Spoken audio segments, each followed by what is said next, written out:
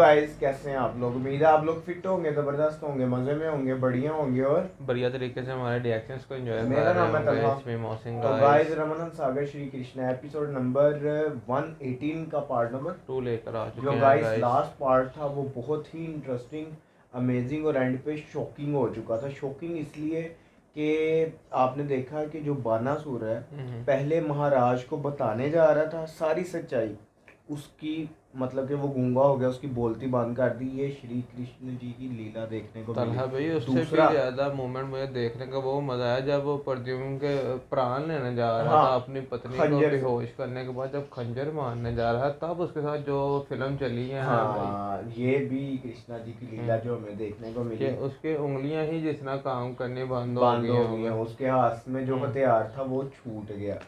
तो गाइस, अब देखना ये है कि आगे होने क्या जा रहा है। ये जो बानासुर है इसको कब अकल आएगी, क्योंकि जो शंबरासुर है मोहसिन भाई, उसने तो भाई वो दे दिया उनको, जो है मतलब कि जीवित छोड़ दी है, उन्होंने उनको आशीर्वाद दे दिया प्रद्युम्न को। तो लेकिन जो उनके पिता है वो नहीं मान रहे।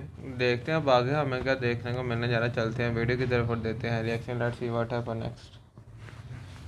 जीवन दान, मेरे माइंड में वो जुबान पे नहीं था आ रहा, जीवन दान दे दी।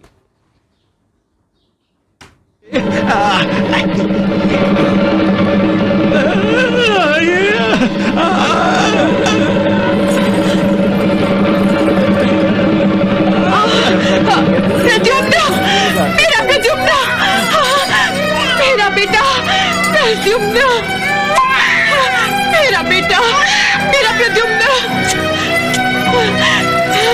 मेरा बेटा।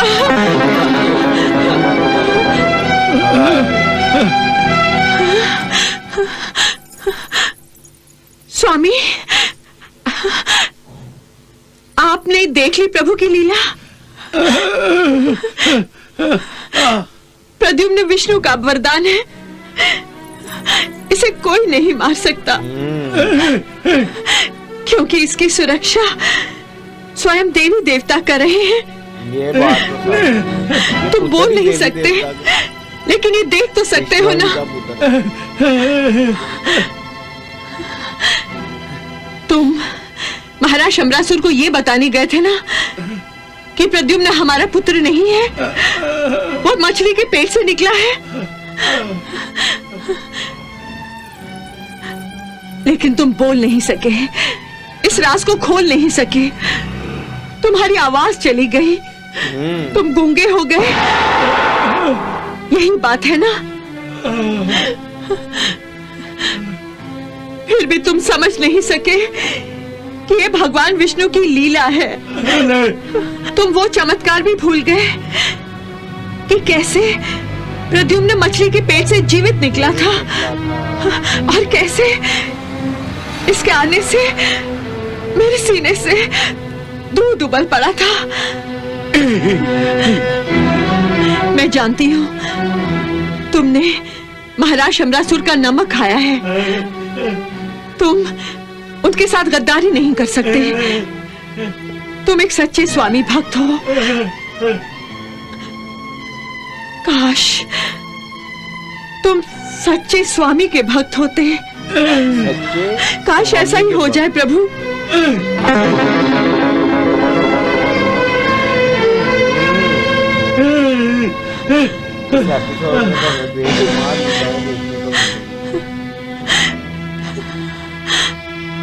काश काश ऐसा ही हो जाए प्रभु, काश ऐसा ही हो जाए।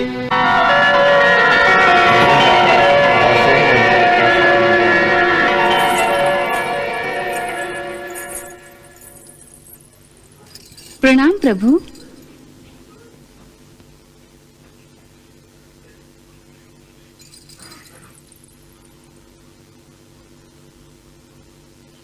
देवी आप?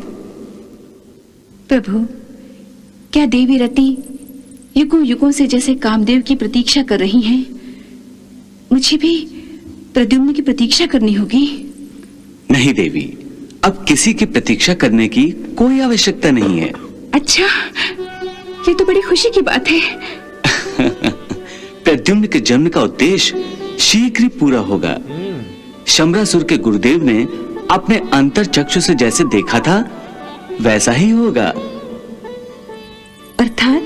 अर्थात ये देवी कि काल दंड धारक स्वयं काल का शिकार बनेगा। देवी, शंबरासुर की मृत्यु का पल समीप आ रहा है। परंतु प्रद्युम्न शंबरासुर का वध कैसे करेगा? वो तो अभी बाल्यावस्था में है। अब वो शीघ्र ही युवावस्था में प्रवेश करेगा। वो कैसे प्रभु?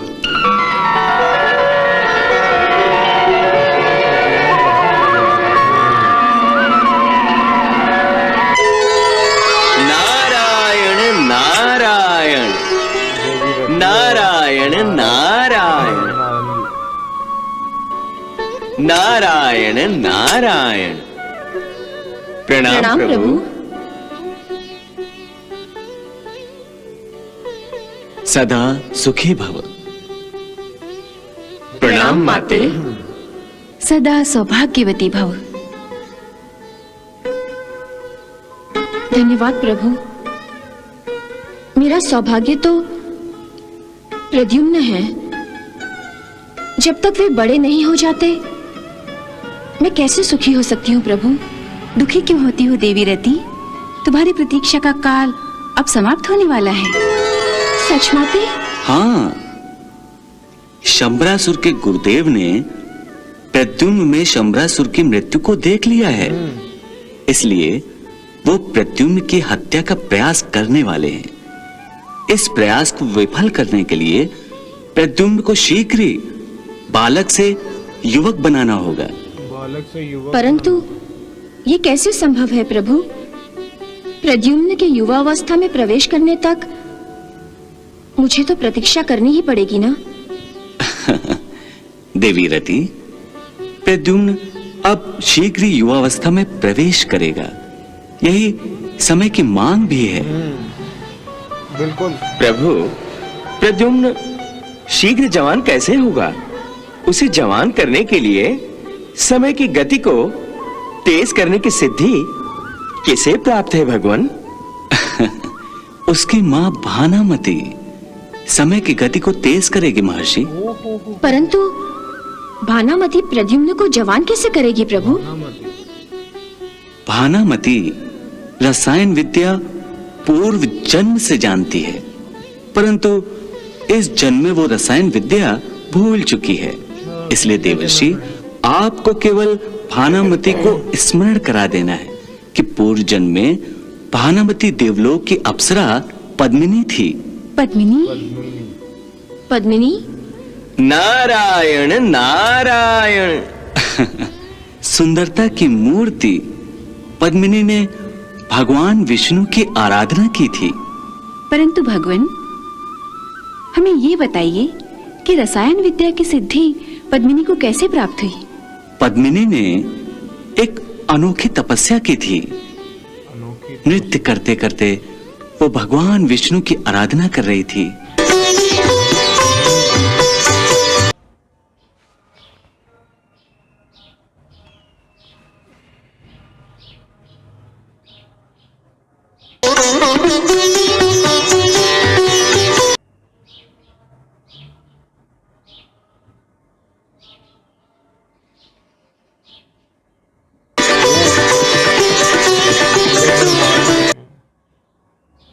ओह,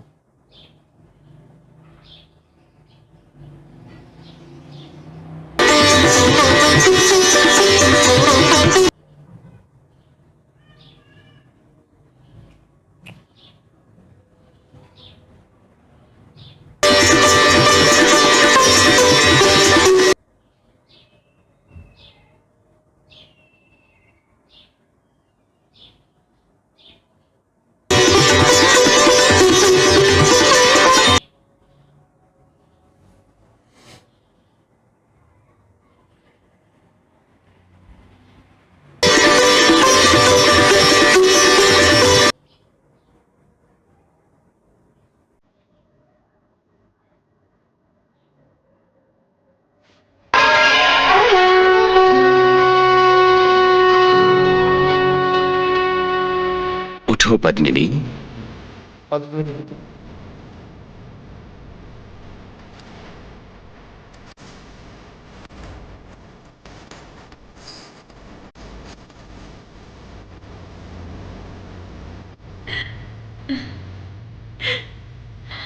प्रणाम भगवान।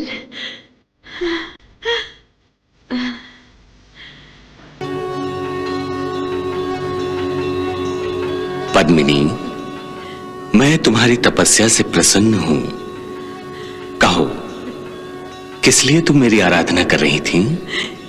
हे प्रभु, मैं ज्ञान पिपासा की मारी हूँ। मुझे आपसे ज्ञान प्राप्त करना है। किस प्रकार का ज्ञान पद्मिनी? प्रभु, मैं मायावी विद्या और रसायन विद्या प्राप्त करना चाहती हूँ। तुम्हें इन विद्याओं की क्या आवश्यकता है? सम्मान प्राप्त करना है मुझे। हे लक्ष्मीपति, यदि मैंने इस विद्या को ग्रहण किया तो सारी अप्सराओं में मैं श्रेष्ठ मानी जाऊंगी। पद्मिनी, मायावी विद्या और रसायन विद्या एक अस्त्र की भांति होती है। यदि कोई इनके अधीन हो गया अथवा किसी ने इनका दुरुपयोग किया गलत इस्तेमाल, तो उसका सर्वनाश अटल है। हे प्रभु, ना ही मैं इस विद्या के अधीन रहूंगी और ना ही मैं इस विद्या का दुरुपयोग करूंगी। आप कृपया मुझे दिव्य ज्ञान प्रदान करें। ठीक है, तुम अपनी आंखें बंद करके पूर्ण रूप से ध्यान लगाकर मेरा स्मरण करो।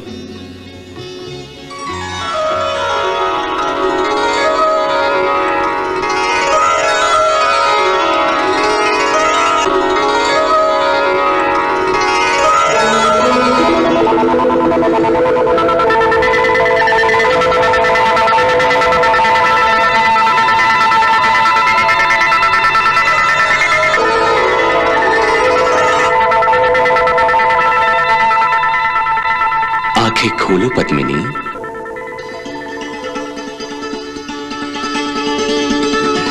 तो गाइस यहाँ ख़त्म हुआ ये पार्ट। ये पार्ट बहुत इंटरेस्टिंग था, बहुत कमाल का था, क्योंकि इसमें हमें काफ़ी चीज़ें देखने को मिली।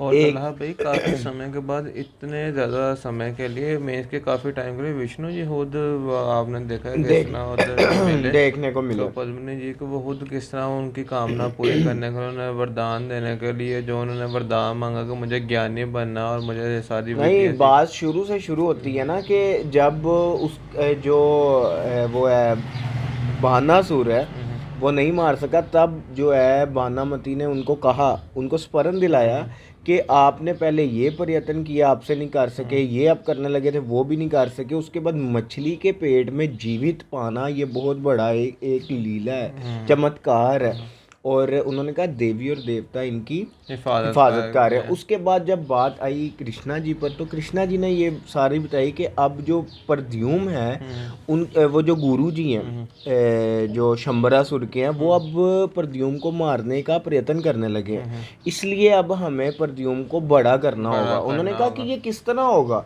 उन्होंने कहा जो भानामती हैं वो करेंगी। उन्होंने कहा वो कैसे करेंगी? उन्होंने कहा कि वो पिछले जन्म में पद्मिनी थी और उन्हें इस बात का सुबनन दिलाना होगा कि उनके पास बिल्कुल। तो वही वो सारी हमें अब बता रहे थे, हमें देखने को मिल रहा था और हमें पता चला किस प्रकार जन्म में है कौन थी, कौन सा में इसके विद्या पर उनका अबूर हासिल था और उनको ये सारा कुछ मिला किस प्रकार, ये सब कुछ पता लग रहा था। तो गाइस अब नेक्स्ट देखते हैं कि हमें क्या देखने को मिलने वाला है। और प्रद्युम्न अब बड़े होंगे, ये एक बहुत बड़ा टास्क उन्हें मिलने जा रहा है भानामती जी, क्योंकि मेष के अति शीघ्र उन्हें प्रद्युम्न को भरा करना होगा और वो भी अडल्टहुड में लाना होगा। और अगर वो बड़े होंगे तो कितने बड़े होंगे, क्योंकि तो वो तो हमें आने वाले पार्ट में ही पता चलेगा। तब तक के लिए अगर आपको ये वीडियो अच्छी लगी, इस वीडियो को ज़्यादा से ज़्यादा लाइक कीजिएगा, शेयर कीजिएगा, कमेंट कीजिएगा और हमारे चैनल को सब्सक्राइब करना मत भूलिएगा। मिलते हैं नेक्स्ट वीडियो नेक्स्ट पार्ट के साथ। Love you.